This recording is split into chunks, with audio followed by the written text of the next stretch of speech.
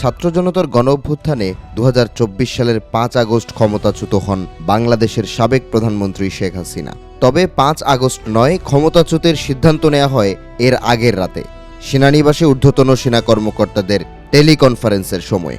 সম্প্রতি এমনই প্রতিবেদন প্রকাশ করে হইচই ফেলে দিয়েছে নর্থ ইস্ট নিউজ। সামরিক বাহিনীর ঊর্ধ্বতন কর্মকর্তাদের গোপন আলাপচারিতা সম্পর্কে অবগত দুই ব্যক্তি নিশ্চিত করেছেন এই তথ্য। প্রতিবেদনে উল্লেখ করা হয়, টেলিকনফারেন্সে সিদ্ধান্ত গ্রহণকারী ঊর্ধ্বতন কর্মকর্তাদের মধ্যে অন্যতম ছিলেন নৌবাহিনী প্রধান অ্যাডমিরাল মোহাম্মদ নাজবুল হাসান। অর্থাৎ 4 আগস্ট রাতেই নির্ধারণ হয় শেখ হাসিনার ভাগ্য।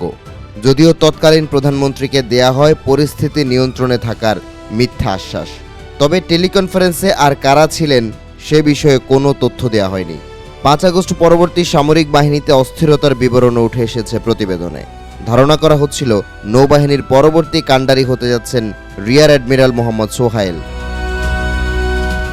তবে লেখকের দাবি, গণঅভ্যুত্থানের পর সুযোগ পেয়েই নিজের প্রতিদ্বন্দ্বী সহকর্মীকে সরিয়ে দেন নৌবাহিনী প্রধান। 20 আগস্ট চট্টগ্রাম বন্দর কর্তৃপক্ষের চেয়ারম্যান রিয়ার অ্যাডমিরাল সোহাইলকে বাধ্যতামূলক অবসরে পাঠায় নৌবাহিনী। অভিযোগ রয়েছে, প্রধানমন্ত্রীর সাবেক নিরাপত্তা উপদেষ্টা মেজর জেনারেল অবসরপ্রাপ্ত তারিক আহমেদ সিদ্দিকীকে সমুদ্রপথে দেশ ছেড়ে পালাতে সাহায্য করেছেন তিনি। জানা যায়, 24-এর অস্থিরতার সময় তারিক সিদ্দিকীকে নিয়মিত খুদে বার্তা পাঠাচ্ছিলেন সোহাইল। সেখানে উল্লেখ করা হয়, সরকারকে রক্ষার দায়িত্ব পালনে ইচ্ছাকৃতভাবে অবহেলা করছে সেনাবাহিনী, যা ছিল সুপরিকল্পিত ও নীতিগত সিদ্ধান্ত। সোহাইলের সঙ্গে তারিক সিদ্দিকীর সম্পৃক্ততার কথা কারোরই অজানা নয়।